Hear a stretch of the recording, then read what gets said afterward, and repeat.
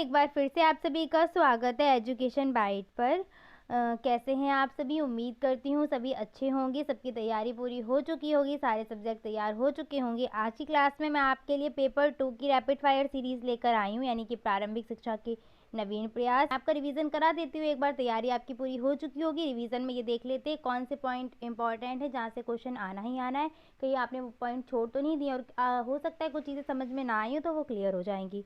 पहला चैप्टर आपका बाल अधिकार था, जहाँ पर आपके बाल अधिकार के संबंध में जितने भी संविधान में प्रावधान दिए या कोई अधिनियम आया या फिर विश्व स्तर पर जो भी काम किए गए हैं सब कुछ दिया गया था। तो उसी पॉइंट से स्टार्ट करते हैं। फर्स्ट पॉइंट है आपका 20 नवंबर सन 1989 को संयुक्त राष्ट्र संघ ने बाल अधिकारों की घोषणा की थी।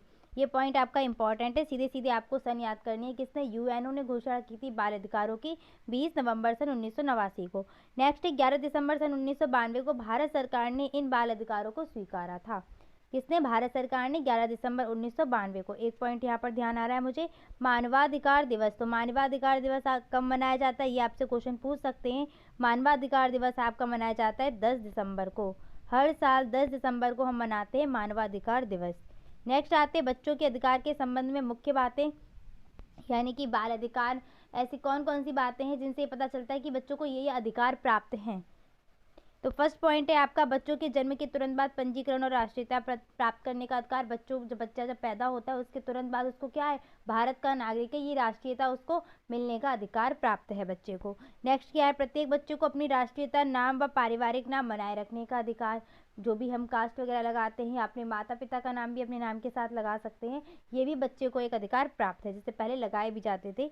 बच्चों को माता पिता की इच्छा के विरुद्ध अलग न करने का अधिकार। बच्चों को ये अधिकार भी प्राप्त है कि उनके पेरेंट्स की इच्छा के बिना आप उनको अलग नहीं कर सकते हैं। नेक्स्ट पॉइंट आपका क्या है, बच्चों के अपहरण, क्रय विक्रय एवं व्यापार को रोकने के लिए राष्ट्र द्वारा कानून बनाना। यानी कि बच्चों का अपहरण और उसको क्रय विक्रय, उनको बेचने के लिए राष्ट्र कानून बनाएगा खुद। यदि माता पिता या उनके लिए रखे गए उत्तरदायी व्यक्ति बच्चों के साथ दुर्व्यवहार करेंगे तो राष्ट्र उन्हें संरक्षण देगा। माता पिता या उनके लिए कोई भी रखा गया कोई उत्तरदायी व्यक्ति, जैसे बच्चों के पेरेंट्स या और कोई उनका गार्जियन हो, तो अगर वो बच्चों को परेशान कर रहा है या उसके साथ कोई दुर्व्यवहार कर रहा है तो राष्ट्र उनको सजा खुद देगा, ठीक है, या उसको संरक्षण देगा बच्चे को। नेक्स्ट आते बच्चों को नशीली दवाई के प्रयोग से बचाने का अधिकार है, ठीक है, रोकना है। शरणार्थी बच्चों को संरक्षण प्रदान करना है। इनमें से आप कोई से भी 4-5 पॉइंट ध्यान कर लो, बाकी का आप खुद अपने आप लिख लेंगे। जो भी आपको लगता है कि बच्चों के लिए ये सब ठीक है वही। बाल अधिकार के उद्देश्य क्या हैं? तो बाल अधिकार का उद्देश्य होगा क्या, गुणवत्ता युक्त शिक्षा को बढ़ावा देना। बस 3-4 पॉइंट आपको ध्यान रखने हैं। दूसरा क्या है, शोषण, श्रम, व्यापार और बाल विवाह से रोकने या संरक्षण का अधिकार। भारत सरकार द्वारा बच्चों के लिए किए गए प्रयासों से उन्हें अवगत कराना, ये भी बाल अधिकारों का उद्देश्य है। और बच्चों को यूएनओ द्वारा प्रस्तावित अधिकारों की जानकारी देना, ठीक है। पहला तो क्या है, गुणवत्ता युक्त शिक्षा प्रदान करना, उनके व्यापार, उनका श्रम और उनके बाल विवाह इत्यादि से बच्चों को संरक्षण या उनको रोकना। और तीसरा क्या हो जाएगा आपका, भारत सरकार ने जो भी बच्चों के लिए अधिकारों के नियम बनाए हैं उन अधिकारों से उनको अवगत कराना। ऐसे ही यूएनओ ने भी कुछ नियम बनाए हुए हैं, उनसे भी बच्चों को अवगत कराना, यही बाल अधिकार का उद्देश्य है। नेक्स्ट आते हैं राष्ट्रीय बाल नीति। तो राष्ट्रीय बाल नीति क्या है, 22 अगस्त 1974 को भारत सरकार के बच्चों के कल्याण के लिए राष्ट्रीय बाल नीति की घोषणा की थी। मतलब 22 अगस्त 1974 को, सन याद रखना, भारत सरकार ने एक नीति की घोषणा की थी जो राष्ट्रीय बाल नीति थी। उसमें कुछ प्रावधान आपके या कुछ पॉइंट दिए गए हैं। पहला पॉइंट क्या है, राज्य को 6 से 14 वर्ष की आयु के सभी बच्चों को निःशुल्क एवं अनिवार्य शिक्षा उपलब्ध प्रदान कराने की योजना। तो ये पॉइंट आपका इतना इंपॉर्टेंट है कि अब जब भी आपका बाल अधिकार या बच्चों के संबंध में कोई भी बात आए, सब पॉइंट में आपको यही लिखना है, निःशुल्क एवं अनिवार्य शिक्षा उपलब्ध कराना। नेक्स्ट क्या है, राज्य द्वारा बच्चों के लिए पोषाहार कार्यक्रम, यानी कि बच्चों को क्या है, जो अभी बच्चों का चल भी रहा है मिड डे मील वगैरह, तो राज्य द्वारा वो पोषाहार कार्यक्रम उनके लिए चलाया जाएगा।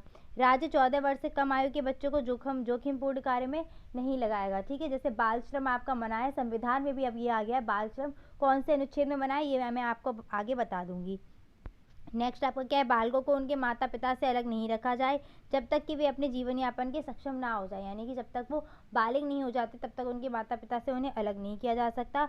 बच्चों के व्यापार और उन्हें मादक पदार्थों के सेवन से दूर रखना है। और बच्चों को शारीरिक गतिविधियाँ विद्यालय वगैरह में खेलकूद उनको उनके पढ़ाई में शामिल करना। ये आप खुद पॉइंट बना सकते हैं राष्ट्रीय बाल नीति के, आपको रट्टा नहीं मारना है पॉइंट्स का, बस समझ लो, अपने हिसाब से बनाते रहना। ऐसी उत्तर प्रदेश सरकार ने बाल अधिकारों की घोषणा की है, तो इसके पॉइंट मुझे नहीं लगता कि मुझे बताने पड़ेंगे। सेम वैसे ही पॉइंट है क्या, 6 से 14 वर्ष की आयु तक निःशुल्क और अनिवार्य शिक्षा प्राप्त कराना, 1 से 8 तक के सभी बच्चों को निःशुल्क और अनिवार्य पुस्तकें प्राप्त कराना, उनको पाठ्य सामग्री निःशुल्क देना, मिलती भी है बच्चों को, बुक्स सारी क्या है फ्री में दी जाती है ना स्कूलों में, जो भी आपके प्राइमरी और जो जूनियर वाले स्कूल होते हैं सब में फ्री दी जाती हैं। नेक्स्ट आपका क्या आता है, शैक्षिक दृष्टि से पिछड़े विकास खंडों में कक्षा 5 तक सभी छात्राओं को निःशुल्क यूनिफॉर्म प्रदान कराना, ये भी मिलता है, आजकल स्वेटर वगैरह खूब बांटे जाते हैं, तो ये पॉइंट्स आप देखते हुए भी आ रहे हैं, तो यही सब आपको करना भी है। नेक्स्ट क्या होता है, मिड डे मील कार्यक्रम चल रहा है ना, तो वो पॉइंट भी आप लिख सकते हैं कि उत्तर प्रदेश में या फिर प्राथमिक विद्यालयों में प्रतिदिन मध्याह्न भोजन या मिड डे मील भोजन प्रदान कराना। ठीक है, इस तरीके से आप कई सारे पॉइंट्स पर बता सकते हैं। नेक्स्ट आपका नोट पॉइंट है, ये जो भी सन वाले पॉइंट है ना, उन पर ज़्यादा गौर करिएगा, क्योंकि वो क्या है, वो आपकी सीधे सीधे सन है और डेट है, वो आपको याद करनी पड़ेंगी। बाकी किस में क्या पॉइंट करने, थोड़ी सी रूपरेखा बना लो और अपने आप लिख देना। आते नेक्स्ट, बाल श्रम निषेध अधिनियम आपका 1986 में आया था, और बाल विवाह निषेध अधिनियम आपका 2006 में आया था। यानी कि बाल श्रम निषेध मीन्स नहीं होना, रोकना उसको। ठीक है, आगे आते हैं, बाल अधिकार से के संबंध में जो भी संरक्षण संविधान से प्राप्त है, संवैधानिक संरक्षण जो प्राप्त है, उनको देख लेते हैं। पहला है आपका अनुच्छेद 23। अनुच्छेद 23 है आपका बालात श्रम, यानी कि बालात श्रम का मतलब होता है, देखो अनुच्छेद 23 में इसलिए यहाँ पर लिखा मैंने कि 23 और 24 एक जैसे हैं। अनुच्छेद 24 में आपका बाल श्रम निषेध अधिनियम है, यानी कि ये अनुच्छेद आपका कहता है कि बच्चे जो 14 वर्ष से कम आयु के बच्चे हैं उनको हम कारखानों में या फिर किसी अन्य कार्य में नहीं लगा सकते। और जो अनुच्छेद 23 है वो बालात श्रम का है। बालात श्रम हमारा ये कहता है कि इस अनुच्छेद के अनुसार कोई भी मानव का व्यापार या उसको बेगार का मतलब होता है कि जबरदस्ती उससे काम कराना और काम कराने के बाद उसको पैसे ना देना। ठीक है, यह आता है आपका बेगार में। तो किसी भी मानव का व्यापार और बेगार दंडनीय अपराध है। जबरदस्ती उससे काम नहीं करा सकते और बिना पैसे के उससे काम नहीं करा सकते। अगर मान लो कोई व्यक्ति काम करेगा तो हमें उसका उतना पे करना भी पड़ेगा। ठीक है, और उसका मानव का व्यापार तो वैसे ही दंडनीय अपराध है। और 24 में क्या है, 24 में आपका बाल श्रम आता है, इसको ध्यान रखना, उल्टा मत कर देना। बाल श्रम, बालात श्रम का मतलब है आपका मानव का व्यापार और बाल श्रम का मतलब है बच्चों का व्यापार, यानी कि बच्चों व्यापार नहीं, सॉरी, बच्चों से काम कराना वगैरह श्रम आता है ना, तो बच्चों से जो काम कराना है, 14 वर्ष से आयु के जो कम बच्चे हैं, छोटे बच्चे हैं, उनसे हम काम नहीं करा सकते कारखानों वगैरह में या फिर कहीं भी काम कराएंगे तो दंडनीय अपराध है वो। नेक्स्ट आते हैं निःशुल्क एवं अनिवार्य बाल शिक्षा का अधिकार। ये आपका काफ़ी इंपॉर्टेंट है और यहाँ से एक क्वेश्चन आता ही आता है, सीधे सीधे पूछा जाता है कि निःशुल्क एवं बाल अनिवार्य शिक्षा में क्या क्या पॉइंट्स आपके दिए गए हैं। तो पहले इसको समझ लीजिए कि सबसे पहले जो आपका निःशुल्क और अनिवार्य बाल शिक्षा की बात की गई थी, वो आपकी बात की गई थी अनुच्छेद 45 में। और अनुच्छेद 45 आपके क्या है, डीपीएसपी है, नीति निर्देशक तत्व है। नीति निर्देशक तत्वों के अंतर्गत अनुच्छेद 45 में निःशुल्क एवं बाल शिक्षा की बात की गई थी। वही लिखा है, देश में इस संविधान के लागू होने के समय 10 वर्ष के अंतर्गत सभी बच्चों के लिए जब तक कि वे 14 वर्ष की आयु पूर्ण ना कर लें निःशुल्क एवं अनिवार्य शिक्षा प्रदान करने का प्रयास करेगा, देश प्रयास करेगा। और ये किसके अंतर्गत बात थी, डीपीएसपी के अंतर्गत अनुच्छेद 45 में। बाद में अब देखो डीपीएसपी क्या होते हैं, ये राज्य के ऊपर होते हैं कि वो लागू करे या नहीं करे। ठीक है, लेकिन अब जब राज्य लागू नहीं करेगा तो स्तर क्या होगा, बिगड़ता जाएगा बच्चों की पढ़ाई लिखाई का। तो उसके लिए क्या किया गया, इसको एक कानून बना दे, इसको और अच्छे से एक नियम ले आए, अधिनियम ले आए, तो ये जो चीज़ है वो बहुत अच्छे से चलेगी। उसी के लिए आगे क्या किया गया, 86वें संविधान संशोधन 86वें संविधान संशोधन 2002 के द्वारा इसी वाला जो नियम था अनुच्छेद 45, वो अनुच्छेद 45 में भी है वो बात। और उसके बाद वो बात कहाँ कह दी गई, 6 से 14 वर्ष के तक की आयु के सभी बच्चों को निःशुल्क एवं अनिवार्य शिक्षा प्रदान करना जो है वो आपका किस में आ गया, अनुच्छेद 21 का। और अनुच्छेद 21 का आपके क्या है, मौलिक अधिकार हैं। मौलिक अधिकार सभी को प्राप्त है, हर नागरिक को प्राप्त है। तो उन मौलिक अधिकार के अंतर्गत अनुच्छेद 21 का में आपका ये बात फिर से कह दी गई कि 6 से 14 वर्ष तक के बच्चों को निःशुल्क एवं अनिवार्य शिक्षा का अधिकार प्राप्त होगा। और कौन सा संविधान संशोधन था आपका, 86वां संविधान संशोधन था। आपसे ये क्वेश्चन दोनों इंपॉर्टेंट है जो रेड पेन से लिखे हैं।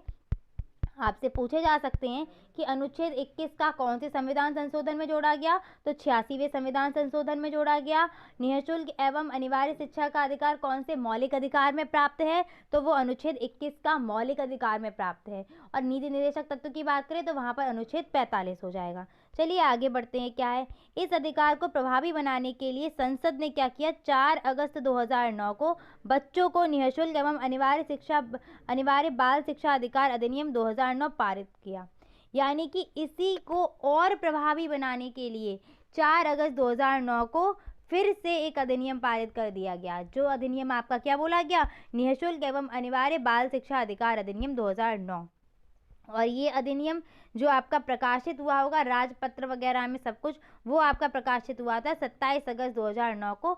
इसे भारतीय राजपत्र में प्रकाशित कर दिया गया। इस अधिनियम में 7 अध्याय और 38 खंड है। बस इतना आपसे पूछा जा सकता है क्या क्या लिखा गया है, वो सब सारे अधिकार आपके इस तरीके से दिए होंगे। खंड 2 में आपका क्या है, जो आपका इम्पोर्टेंट खंड है, बस वही मैंने बताया था आपको, मतलब लिखवा दिया था सर ने कि खंड 2 में आपके 4 प्रकार के स्कूल बताए गए हैं। सरकार द्वारा स्थापित स्कूल, अनुदान द्वारा प्राप्त स्कूल, यानी कि कुछ ऐसे स्कूल होते हैं ना जिसको सरकार थोड़ा सा संरक्षण देती है, प्राइवेट स्कूल होते हैं जिनको अर्ध सरकारी स्कूल बोला जाता है, और कुछ ऐसे होते हैं जो अनुदान न पाने वाले, वो पूरे के पूरे प्राइवेट स्कूल होंगे। और विशेष श्रेणी के स्कूल में आपके नवोदय विद्यालय और केंद्रीय विद्यालय आ जाते हैं। क्लियर हो गई बात। क्या क्या पॉइंट आपको ध्यान रखने हैं पहले कि निःशुल्क और जो अनिवार्य शिक्षा का अधिकार था, संविधान में सबसे पहले कहाँ वर्णन था, अनुच्छेद 45 डीपीएसपी में। इसके बाद कौन सा संविधान संशोधन हुआ था कि वो मौलिक अधिकार बन गया, तो 86वां संविधान संशोधन अनुच्छेद 21 का में वो मौलिक अधिकार बन गया। उसके बाद आपका 4 अगस्त 2009 को एक अधिनियम पारित कर दिया गया था उसी के लिए, और वो आपको प्रकाशित बाद में कर दिया गया। अब आते हैं इस अनुच्छेद से संबंधित या इस अधिनियम की प्रमुख बातें क्या है। ये बातें आपकी इंपॉर्टेंट है क्योंकि ये आपसे पूछी जा सकती है कि कौन कौन से पॉइंट है। तो फर्स्ट पॉइंट तो यही होगा, क्योंकि ये क्या है, बाल शिक्षा का अधिकार है। तो 6 से 14 वर्ष के अंतर्गत के आयु के सभी बच्चों को निःशुल्क और अनिवार्य शिक्षा प्राप्त करने का अधिकार है। ये पॉइंट हो गया। इसके बाद नेक्स्ट सेकंड पॉइंट क्या होगा, प्राथमिक शिक्षा को पाने व पूरा करने के लिए किसी भी बच्चे को किसी भी प्रकार का शुल्क नहीं देना पड़ेगा। शुल्क देने की कोई आवश्यकता नहीं, फ्री में पढ़ेंगे तो क्या है, शुल्क देना ही नहीं। जब निःशुल्क अधिकार है तो शुल्क वैसे ही नहीं देना पड़ेगा। आगे आते हैं, बच्चों को ना तो प्रवेश के लिए रोका जाएगा और ना ही शिक्षा पूरी होने तक निकाला जाएगा। ये भी बच्चों को अधिकार है कि अगर कोई बच्चा फर्स्ट या सेकंड क्लास में पढ़ने गया तो ऐसा नहीं है कि टीचर उसे बीच में ही निकाल दे, फर्स्ट क्लास के बीच में ही निकाल दे रहा है, नहीं। और ना ही उसको एडमिशन लेने से रोक सकेंगे, कोई टीचर नहीं रोक सकता, ना ही कोई प्रिंसिपल। नेक्स्ट क्या है, बच्चे को एक स्कूल से दूसरे स्कूल में स्थानांतरण का अधिकार होगा। ठीक है, जो हम लोग टीसी लेकर जाते हैं ना, ट्रांसफर सर्टिफिकेट, वो वही होता है कि आप एक स्कूल से दूसरे स्कूल में टीसी के माध्यम से जा सकते हैं। नेक्स्ट क्या है, यदि बच्चा 6 वर्ष की आयु पर किसी कक्षा में प्रवेश नहीं ले पाता तो उसके बाद बच्चा जिस आयु का, मान लो 7 या 8 वर्ष का है और जिस कक्षा के वो अनुरूप होगा उसको उस कक्षा में प्रवेश दे दिया जाएगा। क्लियर। इसके बाद नोट पॉइंट है कि शिक्षा को 1976 में समवर्ती सूची में स्थान दे दिया गया है। इसका मतलब क्या होगा, समवर्ती सूची में आपके वो चीज़ें आती हैं जो केंद्र और राज्य, जिन पर दोनों कानून बनाएंगे मिलकर, केंद्र भी बना सकता है और राज्य भी बना सकता है। तो शिक्षा जो है वो आपकी क्या है, समवर्ती सूची का विषय है, यानी कि इस पर केंद्र को भी अपना कानून बनाने का अधिकार है और राज्य को भी अपना कानून बनाने का अधिकार है। तो ये सारे पॉइंट्स इजी थे, आप आराम से लिख सकते थे। आगे बढ़ते, स्वतंत्रता से पूर्व शिक्षा आ जाएगी आपकी। तो स्वतंत्रता से पूर्व शिक्षा क्या थी, यानी कि हमारा देश क्या था, ब्रिटिश का गुलाम था ना, यानी कि अंग्रेज वगैरह हम पे शासन कर रहे थे। तो उस टाइम शिक्षा की स्थिति बहुत ही दयनीय थी। तो उस टाइम हुआ क्या, जब जो ईस्ट इंडिया कंपनी आई थी तो उसके साथ क्या मिशनरियाँ वगैरह आने लगी धीरे धीरे। तो सन 1600 ईस्वी में स्थापित British east India company Bharat में व्यापार करने आई थी। उस टाइम धीरे धीरे क्या हुआ, प्रारंभ में कंपनी का उद्देश्य केवल व्यापार करने का ही था, लेकिन बाद में कंपनी क्या करने लगी, सोचने लगी कि हम अपने धर्म का भी प्रचार करने लगे। वो ईसाई थे तो अपने धर्म का प्रचार करना भी उन्होंने जरूरी समझा। उन दिनों में क्या हुआ, ब्रिटिश ईस्ट इंडिया कंपनी के प्रतिद्वंदी अपने धर्म का प्रचार कर रहे थे, अतः इंग्लैंड से मिशनरियों को भारत बुला लिया गया। ये मिशनरियाँ ईसाई धर्म की थी, तो इनका मुख्य उद्देश्य क्या बना कि ये ईसाई धर्म का प्रचार प्रसार करने लगे। और ईसाई अब धर्म का प्रचार प्रसार करने के लिए है क्या, उनको शिक्षा का सहारा लेना पड़ा। तो इन्होंने अपनी कमांड क्या करी, शिक्षा पर करी। और धीरे धीरे इन मिशनरियों ने क्या किया कि इन मिशनरियों ने कुछ शैक्षिक प्रयास करे, कुछ कहीं ना कहीं पर कुछ विद्यालय वगैरह खोले थे। तो वही है आपका इम्पॉर्टेंट है कि मिशनरियों ने शैक्षिक प्रयास कौन कौन से किए थे या क्या क्या शैक्षिक प्रयास किए थे। तो फर्स्ट पॉइंट है आपका, ब्रिटिश मिशनरियों ने मद्रास, बम्बई तथा बंगाल में अनेक स्कूलों की स्थापना की थी। मिशनरियों ने सन 1729 में कलकत्ता में एक आश्रित विद्यालय खोला था। सन याद नहीं रखनी, मत रखो, सिर्फ ऐसे ही लिख दो, कलकत्ता में एक आश्रित विद्यालय खोला था। इसके बाद क्या किया, इसी प्रकार इन्होंने एक फ्री स्कूल खोला, एक अनाथालय खोला, मतलब अनाथ बच्चों को शिक्षा देने के लिए। और तंजौर और कानपुर में भी एक दानाश्रित आश्रम खोले, विद्यालय खोले। यानी कि फ्री में ही, मतलब अब सीधी सी बात है, फ्री में पढ़ा रहे हैं तो कुछ ना कुछ वो अपने धर्म का ही सीधे सीधे बताएंगे, हम लोगों के ऊपर कोई वो नहीं, क्योंकि वो प्रचार प्रसार किसका करना चाह रहे थे, अपने ईसाई धर्म का। नेक्स्ट आपका सबसे इम्पोर्टेंट पॉइंट है, दोनों कलकत्ता मदरसा और बनारस संस्कृत विद्यालय। पूछा जाता है कलकत्ता मदरसा की स्थापना कब की गई और किसने की, पूछा ही जाएगा सीधे सीधे। और इसकी स्थापना करने का उद्देश्य क्या था, तीनों क्वेश्चन आपके अभी तक आ चुके हैं। 3 क्वेश्चन बने, इसी एक ही पॉइंट से 3 क्वेश्चन आपके बन गए कि कलकत्ता मदरसा की स्थापना कब हुई, 1781 ईस्वी में। इसके बाद स्थापना किसने की थी, ये किसके समय हुई, तो प्रथम गवर्नर जनरल वॉरेन हेस्टिंग्स ने कलकत्ता मदरसा की स्थापना की थी। और कलकत्ता मदरसा की स्थापना का मुख्य उद्देश्य था क्या, मदरसा था तो क्या होगा, मुस्लिम बच्चों को राज्य में उत्तरदायी तथा लाभदायक पदों के योग्य बनाना। इसका मुख्य उद्देश्य था किसका, कलकत्ता मदरसा का। 3 क्वेश्चन क्लियर, 3 में से जो भी आएगा आपका हो जाएगा। अब करते हैं बनारस संस्कृत कॉलेज की। तो बनारस संस्कृत कॉलेज, इससे भी 3 आपके प्रश्न बनेंगे कि इसकी स्थापना कब की गई, किसने की, और इसकी स्थापना का उद्देश्य क्या था। संस्कृत कॉलेज है, यानी कि अब यहाँ पर आप समझ सकते हैं धर्म की बात हो रही है, एक हिंदू के लिए कॉलेज हो गया, एक मुस्लिम के लिए हो गया। यानी कि देखो, जो आपके ब्रिटिश आए थे उनका काम क्या था, फूट डालो राज्य करो। तो और वो ये चीज़ उन्होंने पकड़ ली थी कि धर्म में जैसे हम विघटन कर देंगे तो हमें राज्य करना आसान हो जाएगा। ऐसे वो जो भी राजा थे ना, उन राजाओं के बीच भी मतभेद पैदा करते रहे, फूट डालते रहे और धीरे धीरे अपना प्रभुत्व स्थापित करते रहे थे वो। तो बनारस संस्कृत कॉलेज की स्थापना कब हुई, 1791 ईस्वी में हुई। किसने की थी, जोनाथन डंकन के समय में हुई। इन्होंने जोनाथन डंकन ने स्थापना की थी। और इस संस्कृत कॉलेज की स्थापना का मुख्य उद्देश्य क्या था, हिंदू जनता का प्रेम प्राप्त करना। वही बात मैंने कही ना, हिंदुओं को आकर्षित करना। तो हिंदू जनता का प्रेम प्राप्त करना, हिंदू धर्म और परंपराओं की रक्षा करना और न्यायाधीशों की सहायता के लिए योग्य हिंदुओं को शिक्षित। नेक्स्ट आते हैं फोर्ट विलियम कॉलेज, ये भी आपका इंपॉर्टेंट है। इससे सीधे आपका प्रश्न, देखो आपके 6 प्रश्न वहां से क्लियर हो गए, उन 6 में से कोई ना कोई आपका 1 से 2 प्रश्न मिल जाएगा आपको। फोर्ट विलियम कॉलेज, ये भी आपका इंपॉर्टेंट है। फोर्ट विलियम कॉलेज की स्थापना 1800 ईस्वी में लॉर्ड वेलेजली ने की थी। दो क्वेश्चन आपके यहाँ से क्लियर हो गए। इस तरीके से पढ़ा करो। देखो हेडिंग में लिखा है, लेकिन हेडिंग में क्वेश्चन आपके 2 आ रहे हैं, सन पूछेगा या स्थापना पूछेगा, पूछेगा ही पूछेगा। और किसने स्थापना की वो भी पूछेगा, और इसका उद्देश्य क्या है वो आपसे क्वेश्चन आया हुआ है। नेक्स्ट आते पूना संस्कृत कॉलेज। तो पूना संस्कृत कॉलेज का क्या है, सन 1821 में पूना संस्कृत कॉलेज की स्थापना हुई थी। और किसने की थी, पूना के रेजिमेंट एल्फिस्टन ने पेशवा के दक्षिण कोष की सहायता से पूना संस्कृत कॉलेज की स्थापना की थी। किसने, एल्फिस्टन ने 1821 ईस्वी में पूना संस्कृत कॉलेज की स्थापना की। और यहाँ पर लॉर्ड वेलेजली ने 1800 ईस्वी में फोर्ट विलियम कॉलेज की स्थापना की थी। चलिए आगे बढ़ते हैं। मिशनरी स्कूलों की विशेषताएं क्या थी, तो पहली विशेषता तो यही हो जाएगी कि इसमें ईसाई धर्म की शिक्षा देने के लिए खोले गए थे। तो ईसाई धर्म की शिक्षा क्या होगी, अनिवार्य रूप से दी जाती थी। बच्चों को पुस्तकें व लेखन सामग्री निःशुल्क प्रदान की जाती थी। आपने शायद अगर देखा हो तो जितने भी मैंने शैक्षिक प्रयास कराए थे उसमें सारे क्या थे, दानाश्रित या आश्रित, इस तरीके के विद्यालय खोले थे। तो सीधी सी बात है, वो क्या करेंगे, निःशुल्क चीज़ें प्रदान करेंगे, फ्री में चीज़ें प्रदान करेंगे। नेक्स्ट क्या है, आधुनिक शिक्षण विधियों का यूज़ किया जाता था। वो सीधी सी बात, दूसरे देश से आए हैं तो वो अपने यहाँ की चीज़ें लगाएंगे ना, और हमारे लिए वो क्या होगी, आधुनिक लगेंगी। तो आधुनिक शिक्षण विधियों का प्रयोग करते थे। कक्षा शिक्षण प्रारंभ करने का श्रेय इन्हीं को जाता है। और नेक्स्ट क्या है, इन्होंने भारतीय एवं अंग्रेजी भाषाओं के साथ साथ इतिहास, भूगोल, गणित, विज्ञान और व्याकरण की शिक्षा भी दी जाती थी इन स्कूलों में।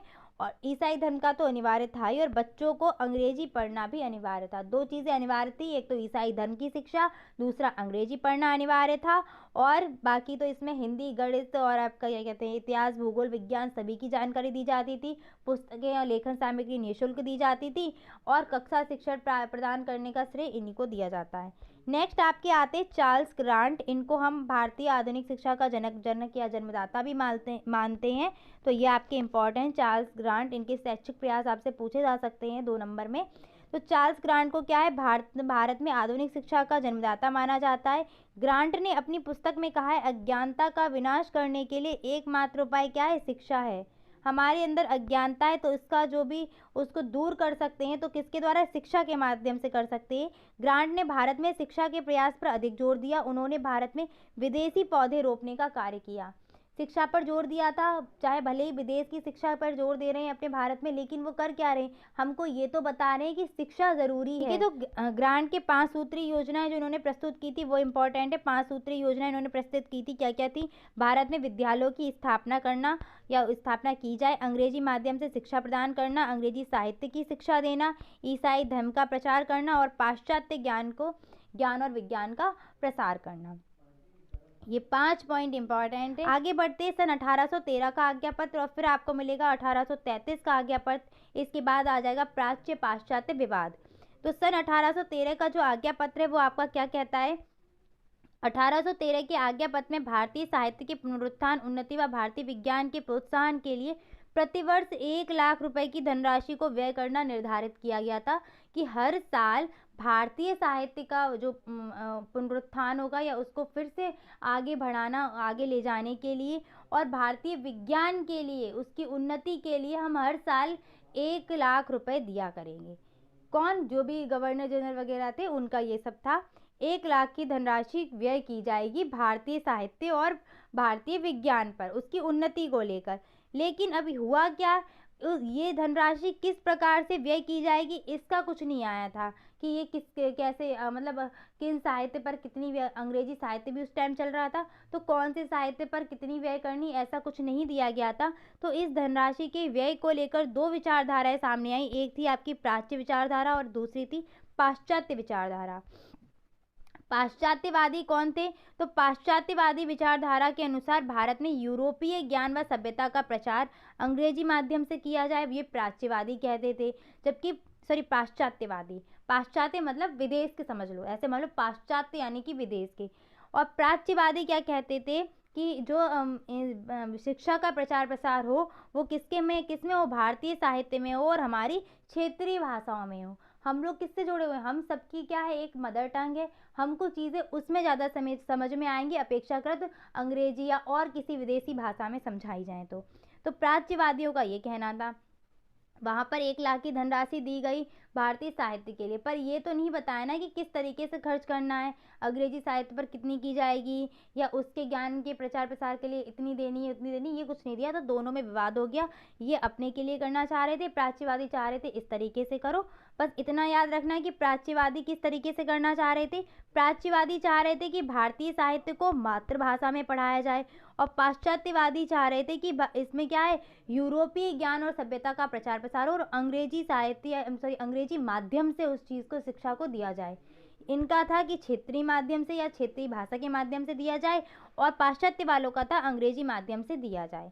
तो यही जो विवाद पड़ा आपका वो प्राच्य पाश्चात्य विवाद के नाम से फेमस हुआ, इम्पॉर्टेंट है आपका। वही लिखा है 1813 के आज्ञा पत्र में शिक्षा के लिए प्रतिवर्ष 1 लाख रुपए की धनराशि व्यय हेतु निर्धारित की, परंतु स्पष्ट नहीं किया कि यह किस प्रकार से खर्च की जाएगी, जिससे शिक्षा के क्षेत्र में दोनों विचारधाराओं में विवाद प्रारंभ हो गया, और इसी विवाद को हमने क्या नाम दिया, प्राच्य पाश्चात्य विवाद नाम दिया गया है। अब आता है सन 1833 का आज्ञा पत्र। ये आपका कितने 20 साल बाद आया, और तब तक आपका क्या चलता रहा था, प्राच्य पाश्चात्य विवाद चलता रहा 20 साल तक। सन 1833 में कंपनी के आज्ञा पत्र पर पुनः विचार करने का समय आया। हर 20 साल बाद ये विचार करती थी कंपनी, और करती क्या थी, कुछ ना कुछ उसमें चेंज कर देती थी जैसा भी समय के अनुसार हुआ, या जो भी उन्होंने कोई समितियां वगैरह बैठाई थी और उनसे कुछ भी अगर उन्हें निष्कर्ष निकल के आया है तो वो थोड़ा सा हल्का सा उसमें बदलाव कर देती थी। तो जब विचार करने का समय आया तो उस टाइम ब्रिटिश सरकार भारत में शिक्षा की मंद प्रगति से असंतुष्ट थी और उसने क्या किया, 1833 के नया आज्ञा पत्र जारी किया और उसमें कुछ बदलाव किए थे। उसकी बातें कुछ इस तरीके से हैं। शिक्षा का जो अनुदान था वो 1 लाख से बढ़ाकर 10 लाख कर दिया गया। कोई भी भारतीय तथा सम्राट, कोई भी प्रजाजन अपने धर्म, जन्म स्थान, वर्ग, वर्ण के आधार पर किसी भी स्थान व पद को प्राप्त करने से नहीं रोका जाएगा। मतलब वही जाति, वर्ग, स्थान, धर्म, इन सब का विभेद नहीं किया जाएगा। उसके हिसाब से उनको कोई भी पद या कुछ भी स्थान प्राप्त करने से नहीं रोकेंगे। बंगाल की सरकार का प्रभुत्व अन्य प्रांतों की सरकारों पर होगा, ये पॉइंट एक दे दिया गया। आगे बढ़ते हैं। गवर्नर जनरल की काउंसलिंग में एक कानूनी और सदस्य और बढ़ा दिया गया। जो सदस्य, आपका पहला सदस्य, एक कानूनी सदस्य जो बना था वो कौन थे, लॉर्ड मैकाले। अब इसके बाद आपके कौन आ जाएंगे, लॉर्ड मैकाले। तो लॉर्ड मैकाले, देखिए लॉर्ड मैकाले का विवरण पढ़ते हैं, उनकी शिक्षा नीति आपकी आ जाएगी। ये आपकी शिक्षा नीति फर्स्ट पेपर में भी दी है, लॉर्ड मैकाले, वुड, अब सब आपके फर्स्ट पेपर वाले आने वाले हैं कुछ कुछ। तो लॉर्ड मैकाले क्या थे, प्रथम विधि सदस्य थे, प्रथम कानून सदस्य थे। मैकाले को जन शिक्षा समिति का अध्यक्ष बनाया गया था। मैकाले से चार्टर एक्ट आपका जो 1813 का जो था ना, उसके विषय में परामर्श मांगा गया था। विवाद चल रहा था ना जो प्राच्य पाश्चात।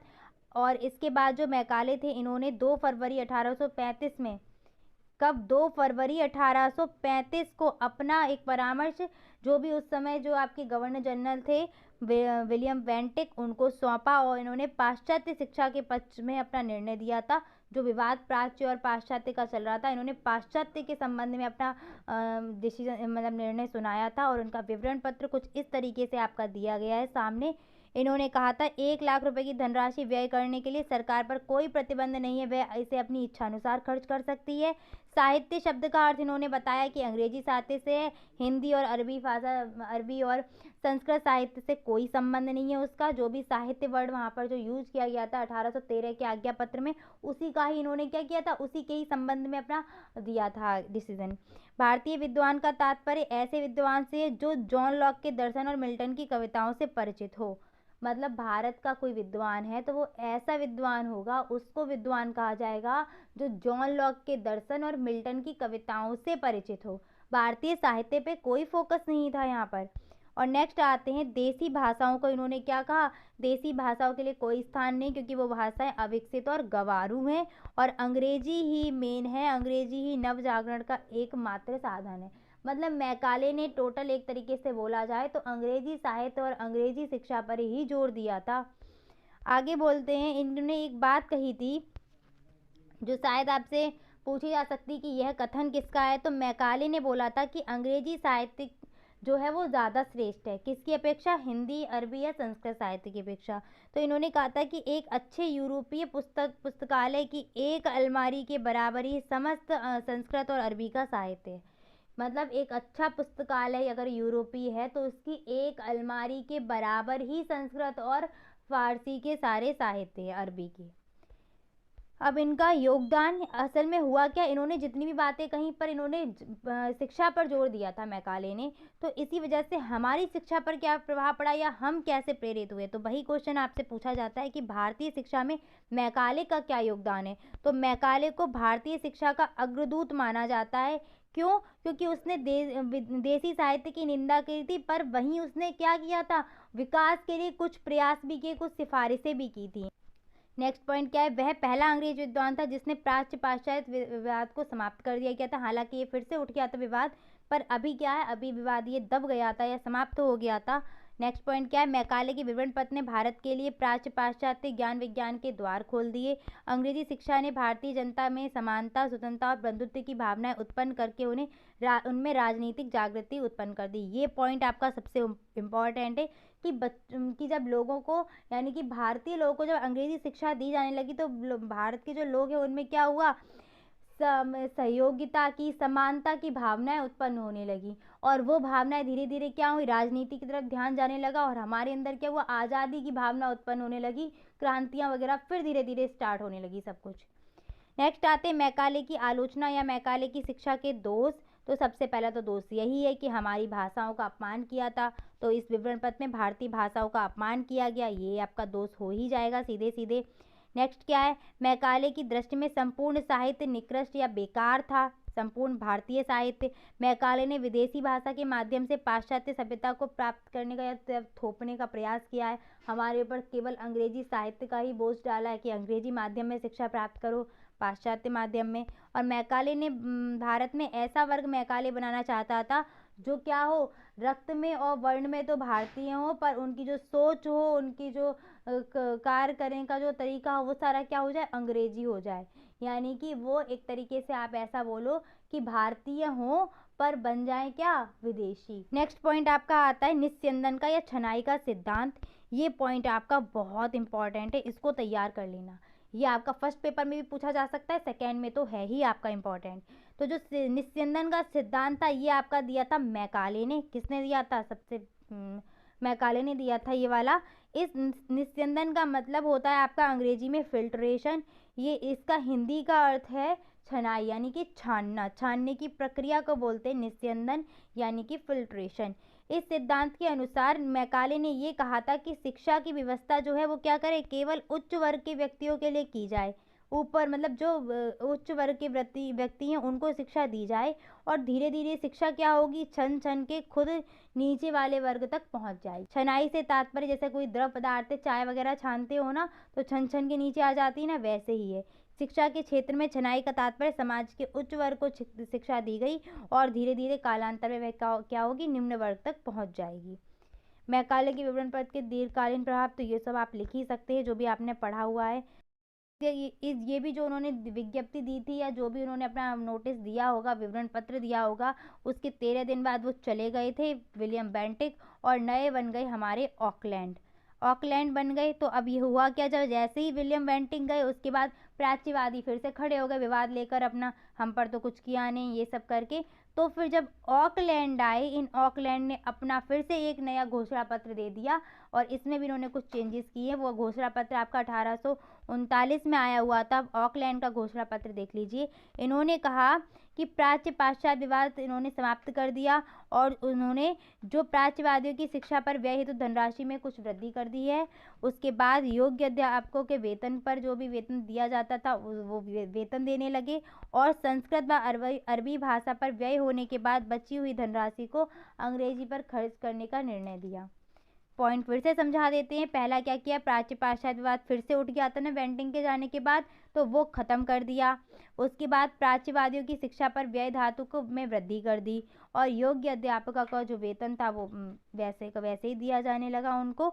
और संस्कृत व अरबी पर जब धन खर्च हो जाएगा उसके बाद बचा हुआ धन किस पर खर्च किया जाएगा, भारतीय साहित्य पर। तो प्राच्य वाले लोग अब क्या होंगे, सीधी सी बात है, प्रसन्न हो जाएंगे।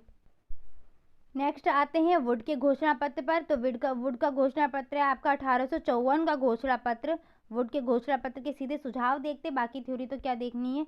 सुझावों के वुड के घोषणा कंपनी ने जो भी अपना दिया था नई शिक्षा नीति, तो इन्होंने क्या किया, मतलब जो चल रहे थे पहले की जो भी चीज़ें ऑकलैंड वगैरह की, तो उस पर फिर से वही समय आ गया कि उनको पहले से देखो क्या क्या सुधार करना है और क्या क्या सुझाव नए नए देने हैं। तो उन्होंने नए नए कोई सुझाव दिए उन्होंने, वुड ने, और उनके सुझावों के आधार पर, वुड के सुझावों के आधार पर कंपनी ने 19 जुलाई 1854 को एक नई शिक्षा नीति की घोषणा की। और उस समय सर चार्ल्स वुड जो थे वो बोर्ड ऑफ कंट्रोल के प्रधान थे। इसी कारण जो आज्ञा पत्र बना वो क्या बना, वुड का आज्ञा पत्र बना।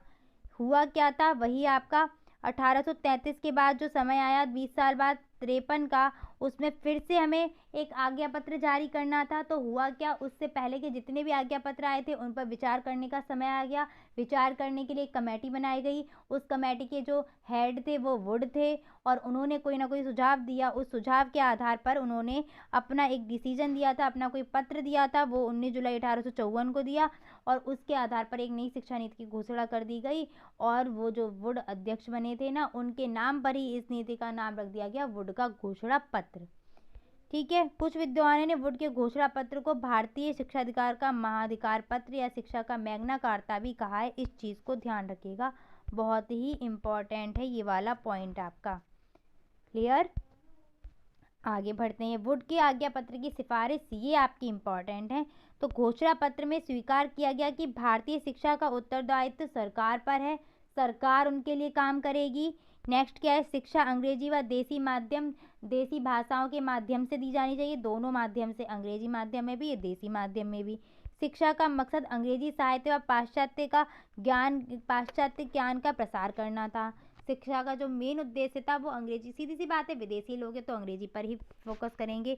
नेक्स्ट क्या है, पाठ्यक्रम में भारतीय साहित्य और संस्कृति को भी स्थान देना चाहिए। इससे क्या है, भारत वाले लोग भी प्रसन्न है, अपना वो उनको ठीक लगेगा। ठीक है।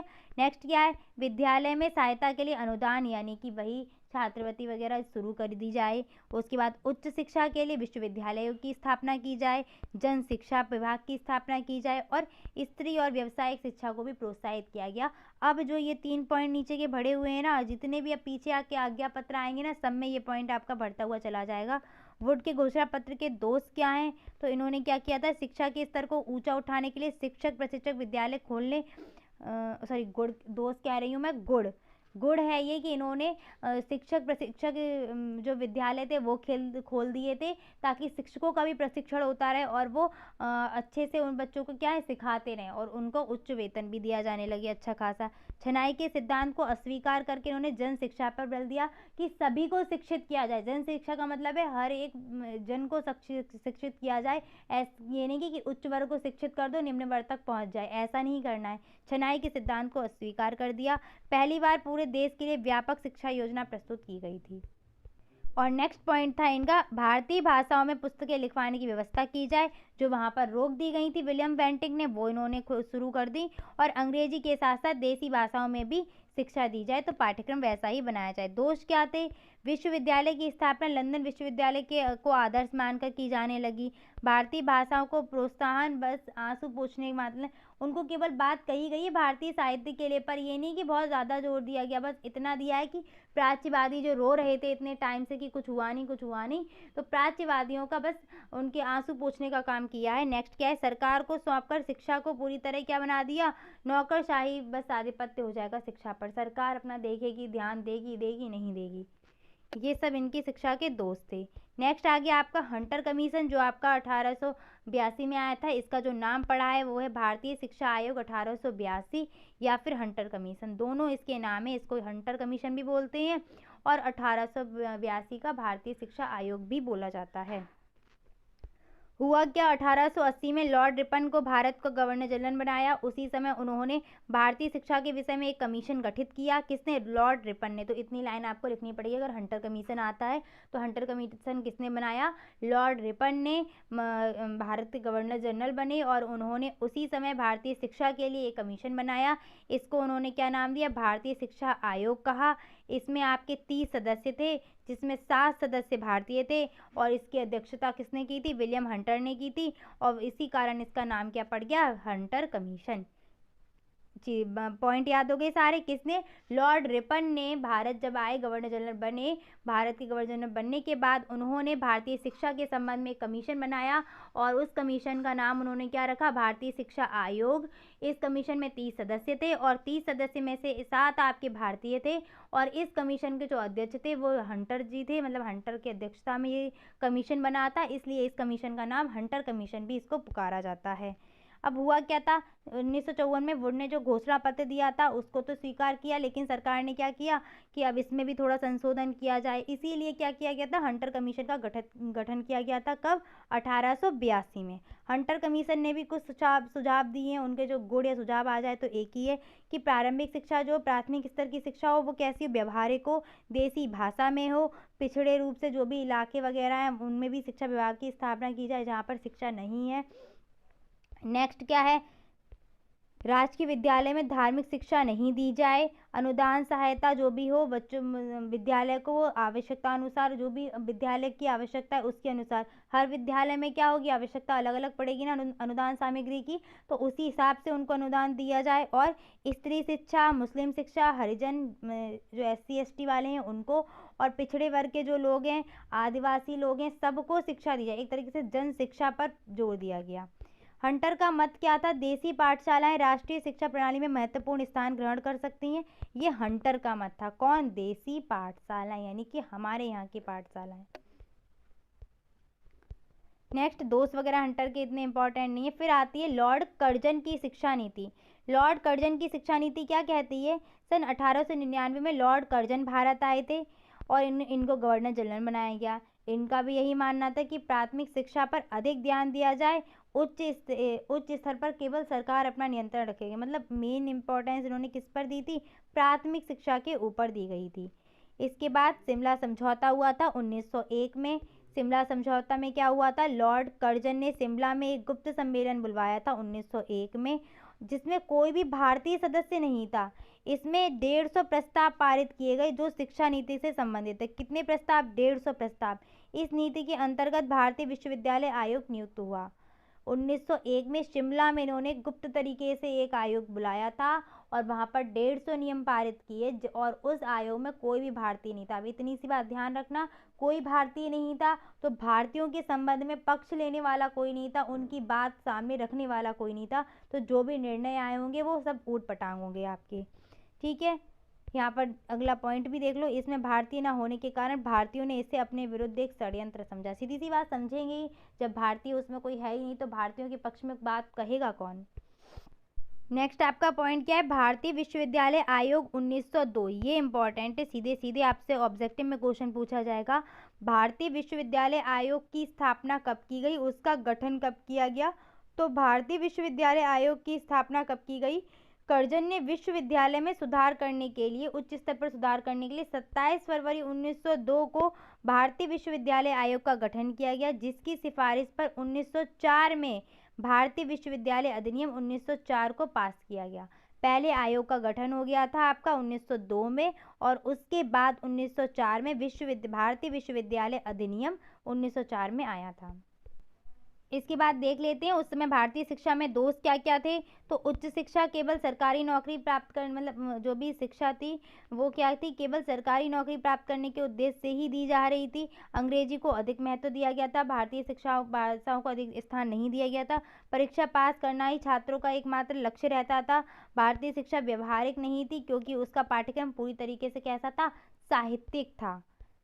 आगे अब इसमें सुधार लाने के लिए क्या क्या सुझाव किए गए? तो प्राथमिक शिक्षा में क्या क्या सुधार लाए गए? प्राथमिक शिक्षा में क्या क्या सुधार लाने के सुझाव दिए गए? तो प्राथमिक शिक्षा में क्या? शिक्षण विधियों को में सुधार किया गया। किंडरगार्टन प्रणाली, इन सब का उपयोग किया जाने लगा। भारतीय शिक्षकों को 2 वर्ष का प्रशिक्षण दिया जाने लगा। शिक्षक प्रशिक्षक स्कूल खोले गए थे तो वहाँ पर प्रशिक्षण दिया जाने लगा। भारतीय शिक्षकों के वेतन में वृद्धि की जाने लगी। जब शिक्षक खुश रहेगा तो अच्छे से पढ़ाएगा भी वो। भारतीय भाषाओं में मातृभाषाओं को स्थान दिया जाने लगा और शारीरिक शिक्षा या शारीरिक व्यायाम को अनिवार्य कर दिया गया प्राथमिक लेवल पर, छोटे बच्चों के लिए, यानी कि 1 से 5 तक के लिए।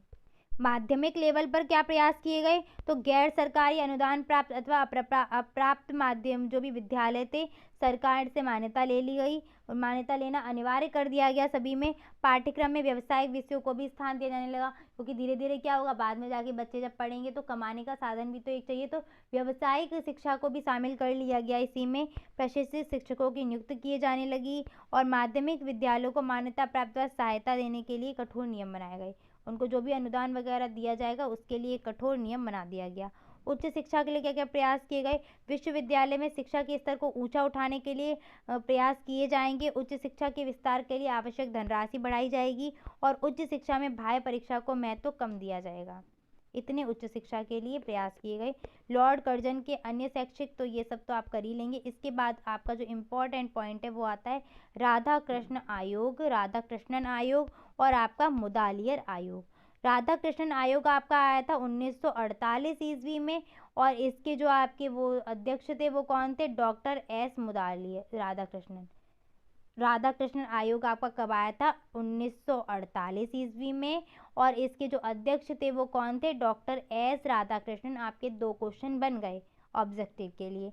मुदालियर आयोग आपका आया था 1952 ईस्वी में और इसके जो अध्यक्ष थे आपके डॉक्टर लक्ष्मण स्वामी मुदालियर। दोनों आयोग आपको फर्स्ट पेपर में डिटेल में बता दिए गए होंगे। अब आपका नेक्स्ट पॉइंट आता है भारतीय शिक्षा आयोग 1964 से 1966, जिसका नाम है आपका कोठारी आयोग और ये आपका आयोग इम्पॉर्टेंट है आपके अति लघु उत्तरीय प्रश्न के लिए भी, बहुविकल्पीय प्रश्न के लिए भी और आपके लघु उत्तरीय प्रश्न के लिए भी। सीधे सीधे आता है कोठारी आयोग का वर्णन करो या कोठारी आयोग में क्या क्या चीज़ें दी गई हैं आपका, इस तरीके से सीधे सीधे आपका आता है। लॉर्ड मैकाले को भी अच्छे से तैयार करना, उनकी शिक्षा के दोष पूछे जाते हैं आपसे और उनका विवरण पत्र भी पूछा जा सकता है। कोठारी आयोग के पंचमुखी कार्यक्रम आपसे पूछे जाएंगे। तो चलिए देखते बिना टाइम वेस्ट किए हुए। शिक्षा के समस्त पहलुओं पर विचार करने के लिए भारत सरकार ने 14 जुलाई 1964 को प्रोफेसर दौलत सिंह कोठारी, DS कोठारी भी लिखा मिलेगा। ऑब्जेक्टिव में आपको क्या मिल सकता है, DS कोठारी। DS कोठारी की अध्यक्षता में एक आयोग का गठन किया गया जिसको क्या बोला गया, कोठारी आयोग। कब किया, 1964 में किया। ठीक है, ध्यान रखना 1964 सन देखो, बहुत अच्छे से याद करो, इस तरीके से याद करो कि नाम लिया कोठारी आयोग 1964 सीधे निकल के आए। आगे बढ़ते हैं। इस आयोग में था क्या, तो इस आयोग में सभी सब शिक्षा पर, सभी स्त्री शिक्षा हो, प्रौढ़ शिक्षा हो, कृषि शिक्षा हो, जन शिक्षा हो, व्यवहारिक शिक्षा, व्यावसायिक शिक्षा, जितनी भी शिक्षाएं आपको आ रही हो सारी शिक्षाओं पे बल दिया गया। तो सबका नाम लिख देना। और इस आयोग के अध्यक्ष कौन थे, डॉक्टर DS कोठारी या फिर दौलत सिंह कोठारी इसके अध्यक्ष थे। कोठारी आयोग की सिफारिशें क्या थी, ये आपका इम्पोर्टेंट पॉइंट है। कोठारी आयोग की सिफारिशें क्या थी, शिक्षक प्रशिक्षण की उचित व्यवस्था की जाए, शिक्षक को प्रशिक्षित किया जाए, प्रशिक्षण सुविधाओं में सुधार किया जाए, व्यावसायिक शिक्षा में सुधार लाने के लिए प्रयास किए जाएं, स्त्री शिक्षा का विस्तार किया जाए, प्राथमिक शिक्षा पर मातृभाषा में बल दिया जाए। सारी अच्छी अच्छी बातें बोली गई हैं, सब कुछ अच्छा अच्छा लिख देना इसमें। ठीक है, अपने आप से बना बना के लिख सकते इतने सारे पॉइंट तो। ठीक है, बाकी सब कृषि, तकनीकी, वाद विवाद, खेलकूद, जितने अच्छे पॉइंट है, जो भी आपको अच्छे पॉइंट आए, लॉन्ग में है क्वेश्चन का आंसर, आराम से बना बना के लिखिएगा। अब जो पॉइंट है आपका ये इम्पॉर्टेंट है और इसको अच्छे से समझ लो। शिक्षा का पंचमुखी कार्यक्रम, तो शिक्षा का जो पंचमुखी कार्यक्रम है आपका कोठारी आयोग ने प्रस्तुत किया था। कोठारी आयोग ने राष्ट्रीय विकास के लिए पंचमुखी कार्यक्रम प्रस्तुत किए थे। 5 इसमें कार्यक्रम होंगे, देखिए क्या क्या है। शिक्षा को उत्पादकता से जोड़ना, शिक्षा के द्वारा लोकतांत्रिक मूल्यों की रक्षा करना, शैक्षिक क्रियाकलापों के माध्यम से सामाजिक एकता को सुदृढ़ करना, यानी कि मतलब सामाजिक एकता, समाज की एकता, शिक्षा के द्वारा नैतिक, आध्यात्मिक व सामाजिक मूल्यों का विकास करना। नेक्स्ट क्या है, जिज्ञासा की प्रवृत्ति द्वारा कौशलों का विकास करना, यानी कि समाज का आधुनिकीकरण करना। क्या क्या पॉइंट रहे, 5 पॉइंट आपके थे। शिक्षा को उत्पादकता से जोड़ना, शिक्षा के द्वारा लोकतांत्रिक मूल्यों का विकास करना, यानी कि नैतिकता के मूल्य, लोकतांत्रिक मूल्य। नेक्स्ट क्या है, शैक्षिक क्रियाकलापों के माध्यम से सामाजिक एकता को बढ़ावा देना या सामाजिक एकता को मजबूत करना। नेक्स्ट इसके बाद शिक्षा के द्वारा नैतिक, आध्यात्मिक विकास करना या इसको विकसित करना, इनके मूल्यों को विकसित करना, कुछ भी लिख दो। और इसके बाद क्या आ जाएगा, जिज्ञासा की प्रवृत्ति के द्वारा कौशलों का विकास करना। इतना पॉइंट ना कठिन याद हो। तो जिज्ञासा, हम सभी के अंदर जिज्ञासा होती, कुछ ना कुछ सीखने की सृजनात्मकता होती सबके अंदर, कुछ ना कुछ बनाने की जिज्ञासा है, कुछ ना कुछ देखने की जिज्ञासा है। तो उसके द्वारा कौशलों को विकसित करना, जैसे कौशल कई प्रकार के होते हैं आपका, कुटीर उद्योग वगैरह धीरे धीरे खुल जाते हैं ना, लघु उद्योग ये सब, तो वो उन्हीं की बात की गई है कि जिज्ञासा के माध्यम से कौशल विकसित होगा तो आप धीरे धीरे अपना व्यवसायिक आप में जो भी चीज़ होगी वो डेवलप होती रहेगी। नेक्स्ट आते हैं राष्ट्रीय शिक्षा नीति 1968। तो राष्ट्रीय शिक्षा नीति 1968 आपकी क्या थी, भारत की प्रथम शिक्षा नीति थी ये। राष्ट्रीय शिक्षा नीति 1968 की शिक्षा नीति प्रथम शिक्षा नीति। ऐसे ही आपकी और भी शिक्षा नीति आएंगी, सबके आगे आपको सन लगा हुआ मिलेगा, उन सन से ही पहचान होगी कि कौन सी शिक्षा नीति है। ये आपकी पहली शिक्षा नीति थी। यह नीति पूरी रूप से कोठारी आयोग के प्रतिवेदन पर आधारित थी, जो भी कोठारी आयोग ने कहा था उसी पर ही आधारित थी। और इस नीति में हुआ क्या था, इसमें जो शिक्षा का विकास था, इस पॉइंट को ध्यान रखना, इसमें जो शिक्षा का जो रूपांतरण था वो किस पे था, 10+2+3, यानी कि 10th तक, फिर आपका 11 12, फिर आपका ग्रेजुएशन, इस तरीके से विकास पर जोर दिया गया था।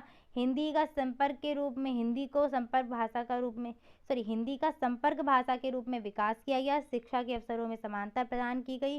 विज्ञान और तकनीकी शिक्षा पर बल दिया। नैतिक व सामाजिक शिक्षा पर बल दिया गया। और सबसे इम्पॉर्टेंट पॉइंट, इस शिक्षा नीति में क्या किया गया, 14 वर्ष तक के बच्चों को निःशुल्क एवं अनिवार्य शिक्षा की व्यवस्था पर बल दिया गया। और त्रिभाषा सूत्र को भी अपनाया गया, 3 भाषा सूत्र। और GDP वगैरह इतना ध्यान नहीं रखो आप लोग, इतने ही पॉइंट आपके लिए काफ़ी हैं। आगे आपकी आ गई राष्ट्रीय शिक्षा नीति 1986। तो सेम वैसी शिक्षा नीति इसमें भी क्या किया गया होगा, भारतीय शिक्षा के स्तर को ऊंचा उठाने के लिए प्रयास किया गया। अब इस शिक्षा नीति के पॉइंट देख लो, बस इतने में ही आपका हो जाएगा। अच्छा, ये पॉइंट याद करना, राष्ट्रीय शिक्षा नीति में कुल कितने खंड और ये थे, ये क्वेश्चन आपका आया हुआ है एक बार। तो राष्ट्रीय शिक्षा नीति जो आपकी 1986 की थी, राष्ट्रीय शिक्षा नीति 1986, इसमें आपके कुल 12 खंड थे और 157 बिंदु दिए गए थे।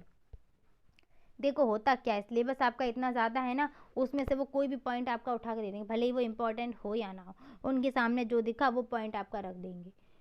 तो इसलिए आपको पढ़ना बहुत ज़रूरी है। राष्ट्रीय शिक्षा नीति 1986 की विशेषताएं देख लेते हैं। राष्ट्रीय शिक्षा नीति 1986 की विशेषताएं क्या है, शिक्षा की जो प्रणाली रही पूरी भारत में, शिक्षा किस तरीके से दी जाए, तो 10+2+3 के तरीके से ही दी जानी थी, जो आपकी पहली वाली शिक्षा नीति में भी थी। इसमें क्या था, जिसमें पहले के जो 5 वर्ष होते थे वो किसको दिए जाते थे, आपके जो 10 जो था ना 10, इसमें जो पहले के 5 वर्ष थे वो प्राथमिक स्तर को दिए जाते थे, फिर आपके 6, 7, 8 वो उच्च प्राथमिक को दिए जाते थे, फिर आपका 3 उसमें चले गए, 8th क्लास में बच्चा पहुंच गया, उसके बाद 9, 10th आपके दिए जाते थे माध्यमिक को। इस तरीके से आपका 10th का पूरा हो जाता था, मतलब 10+2 का, फिर से समझा देती हूँ, 10+2+3। तो इन 10 में पहले 5 वर्ष प्राथमिक शिक्षा, फिर आपका जो 3 वर्ष होता था वो किस में जाएगा, वो पहले 5 वर्ष में तो प्राथमिक शिक्षा हो गई उसकी, यानी कि बच्चे ने 5th क्लास तक पास कर लिया। उसके बाद जो 3 साल होगी इसमें बच्चा क्या करेगा, 6, 7, 8, और इसके बाद जो 2 बचेगा वो 2 में क्या करेगा, 9th और 10th, पूरा 10 बन गया। इसके बाद यहाँ पर जब 2 पर आएंगे तो इसमें बच्चा क्या करेगा, 11, 12, और बाकी 3 में क्या, स्नातक स्तर यानी कि ग्रेजुएशन अपनी कंप्लीट कर लेगा। इस तरीके से चलती थी। और इसमें क्या किया, अब इस शिक्षा नीति में देखो सभी पर बल दिया गया था, तो ये सारे पॉइंट्स मुझे नहीं लगता बताने पड़ेंगे, सभी शिक्षा पर लिख देना। महिलाओं की शिक्षा, जन शिक्षा, अल्पसंख्यकों की शिक्षा, सब पर बल दिया, विकलांगों की शिक्षा पर भी बल दिया था, और धर्म, लिंग, जाति, वर्ग आदि का भेदभाव समाप्त कर दिया गया था। ठीक है, इनमें कोई भेदभाव नहीं किया जाना चाहिए, ये सब चीज़ें बता दी थी। विभिन्न स्तरों पर शैक्षिक पुनर्गठन क्या क्या किए गए, तो प्राथमिक स्तर पर वही निःशुल्क अनिवार्य शिक्षा, गुणवत्ता युक्त शिक्षा, ये सब पॉइंट आप खुद ही लिख सकते हैं, मुझे बताने की ज़रूरत नहीं पड़ेगी। व्यावसायिक शिक्षा, ये सब जोड़ देना बातें। आगे हम आते हैं, इसके बाद आपका क्या हुआ था, राम मूर्ति समिति। इसके बाद आपकी राम मूर्ति समिति आई थी। देखो गुड दोस्त आप लोग, अब इतना तो पूरी एक साथ मैराथन क्लास चल रही है ना, सारे वही पॉइंट हैं। जब भी ये जो आपके किसके बाद, कोठारी आयोग के बाद जितनी भी चीज़ें आने लगी हैं, सब में आपको बस एक ही 3-4 पॉइंट याद कर लो। स्त्री शिक्षा पर जोर दिया, अल्पसंख्यकों की शिक्षा, विकलांगों की शिक्षा, व्यावसायिक शिक्षा, कृषि शिक्षा पर भी तब ध्यान देने लगे थे, प्रौढ़ों की शिक्षा, उच्च शिक्षा पर बल दिया गया। इस तरीके से सारे पॉइंट्स बना लो, 6-7 पॉइंट्स तो ऐसे ही बन जाएंगे आपके। उच्च गुणवत्ता युक्त शिक्षा, कितना याद कर लोगे, चीज़ें याद नहीं कर सकते हम, इतने सारे पॉइंट थे। बस मेन चीज़ याद रखो कि कौन सी बात ऐसी है जो मेन कही गई है, ठीक है, बाकी के अपने सारे पॉइंट्स बनाते हुए चलती है। आगे बढ़ते हैं हम, राम मूर्ति समिति और सन पे खास ध्यान रखना, सीधे सीधे आपसे सन पूछी जाती हैं ऑब्जेक्टिव में और अति लघुत्तरीय में। आपका ये बहुत ज़्यादा प्रॉब्लम है प्रारंभिक शिक्षा की, सीधे सीधे क्वेश्चन पूछा जाएगा, कलकत्ता मदरसा की स्थापना कब और किसने की, आ गया दिमाग में, जैसे ही क्वेश्चन बोला आंसर माइंड में होना चाहिए। बनारस संस्कृत कॉलेज की स्थापना किसने की, अब दोनों के आंसर कमेंट सेक्शन में आप लोग टाइप करेंगे। क्वेश्चन मैंने पूछा है कलकत्ता और कलकत्ता मदरसा और आपका क्या, बनारस संस्कृत कॉलेज की स्थापना कब और किसने की, दोनों के आंसर आपको टाइप करने हैं। इसके बाद कोठारी आयोग, आपका 3 क्वेश्चन मैंने आपको दे दिए हैं, ठीक है, टेस्ट हो गया, समझो आपका एग्जाम का हो गया आज, ठीक है। नेक्स्ट आते हैं राम मूर्ति समिति पर। तो राम मूर्ति समिति क्या होगी, राष्ट्रीय शिक्षा नीति 1986 जब आपकी आई थी, इसके बाद क्या हुआ, भारत सरकार ने ये नीति दे दी। इस नीति की समीक्षा करने के लिए नीतियाँ आती थी, उन नीति की समीक्षा के लिए एक समिति बिठाई जाती थी कि ये जो नीति दी है ये सही से काम कर रही या नहीं कर रही, इसमें क्या क्या सुधार करने चाहिए। तो बस वही राष्ट्रीय शिक्षा नीति 1986 की समीक्षा करने के लिए एक समिति बनाई गई, जो थी आपकी राम मूर्ति समिति। ये राम मूर्ति समिति राम मूर्ति की अध्यक्षता में बनी थी, इसलिए इसका नाम राम मूर्ति समिति पड़ा था। और ये समिति आपकी आई कब थी, 7 मई 1990 को इसका गठन हुआ था, और इस समिति ने अपनी रिपोर्ट दी थी 26 दिसंबर 1990 को। मई में बनी और दिसंबर में इसने अपनी रिपोर्ट दे दी। 7 मई 1990 को गठित हुई राम मूर्ति समिति, 26 दिसंबर 1990 को इसने दे दी अपनी रिपोर्ट। अब राममूर्ति समिति ने क्या क्या सिफारिशें आपकी की थी वो देख लीजिए। सार्वजनिक स्कूल प्रणाली का विकास किया गया, यानी कि सभी के लिए स्कूल प्रणाली हो, ऐसा सुझाव दिया था इन्होंने। प्राथमिक स्तर पर सभी को कैसी भाषा में शिक्षा दी जाए, मातृभाषा में। ये भाषा आपकी ऊपर से चलती हुई चली आ रही है, सारे वही पॉइंट्स है, कुछ नया नहीं है। व्यावसायिक शिक्षा को देकर छात्रों को आत्मनिर्भर बनाना, ये पॉइंट्स भी ऊपर से चलता हुआ आ रहा है। व्यावसायिक शिक्षा आपकी स्टार्ट हो गई थी पहले से ही, ठीक है। मूल्यपरक शिक्षा पर जोर देना, यानी कि व्यक्तित्व का निर्माण करना, लोकतांत्रिक मूल्यों का विकास सभी पढ़ते हुए आ रहे हैं ना पहले से, तो वो मूल्यपरक शिक्षा पर जोर देना। शिक्षा के सभी स्तरों के माध्यम के रूप में क्षेत्रीय भाषा को प्रोत्साहित करना। अब सीधी सी बात है, अब धीरे धीरे, पहले जब शिक्षा आई थी तब उस टाइम जोर किस पर दिया जा रहा था, अंग्रेजी भाषा के साहित्य पर, अंग्रेजी भाषा पर। अब धीरे धीरे देखो आ गया, हमारी भाषा पे आ गए, क्षेत्रीय भाषाओं पर आ गए। क्योंकि देखो स्टार्टिंग में आप नए नए रूल बना लो, सब कुछ बना लो, जब आप जाके लोगों पर जब अप्लाई करोगे, जब लोग सीखेंगे नहीं, समझेंगे नहीं, उनको चीज़ से आएगी नहीं, विवाद खड़ा कर देंगे, तो आपको धीरे धीरे उनकी बात माननी पड़ेगी। वही हम लोग के साथ हुआ, हम लोगों ने विवाद किया, प्राच्य विवाद उठे थे, धीरे धीरे उन्हीं से क्या हुआ, अब क्षेत्रीय भाषाओं पे ये लोग आ गए, क्षेत्रीय भाषा पर फोकस किया जाने लगा। और प्राथमिक स्तर पर बच्चों के लिए प्रवेश के लिए चयन की प्रक्रिया, शिक्षण शुल्क आदि सभी को समाप्त कर दिया गया। यही सब कानून बन गए थे जो आपके बनते हुए अभी तक आए थे, ठीक है, वही सारे कानून बने हुए हैं आपके। आपका राम मूर्ति समिति तक हो चुका है। इसके बाद आपका क्या बना है, यशपाल समिति वगैरह। और आपका अब जो आपकी होगी वो ऑपरेशन ब्लैक बोर्ड वगैरह, सब कुछ इंपॉर्टेंट है, जो आपका पेपर है वो सब पूरा क्या है इसी से आता है। तैयार आपका सारा होगा ही, बस सन पर जितनी भी हो सके सन पर ज़्यादा ध्यान रखना, और किसकी स्थापना किसने की इस पर ध्यान रखना। बाकी थ्योरी वाले जो पॉइंट्स हैं उनको आप लोग देखो, जब हम चीज़ों को समझ लेते हैं, हमें अब क्या है, हम एक बड़े स्तर पर आ चुके हैं, अब हमें टीचिंग की प्रैक्टिस भी करनी है, आगे पढ़ाना भी है, तो हमें अपनी बात लोगों के सामने रखना आना चाहिए, वो भी इस तरीके से कि सामने वाले को अच्छा लगे, वो थोड़ा हमसे इम्प्रेस हो जाए। तो उसी तरीके से आपको अपने पॉइंट बनाने हैं। राइटिंग पे खास फोकस करना है, एकदम ऐसे बहुत ही गंदी राइटिंग में मत लिखना। टाइम भी मैनेज करना है, हर चीज़ें तैयार करनी है आपको, टाइम भी अच्छे से मैनेज करना पड़ेगा। होने का मन में लाना मत, अगर आप मन से अपने मजबूत होंगे, स्ट्रांग होंगे, तो सारे पेपर आपके अच्छे जाएंगे। तो मिलते हैं नेक्स्ट क्लास में। वीडियो अच्छी लगती है तो प्लीज़ लाइक और शेयर करने में कंजूसी मत किया करिए, इतना तो फेवर आप कर ही सकते हैं हमारे लिए। Thanks for watching and please like share subscribe my channel. Bye, take care.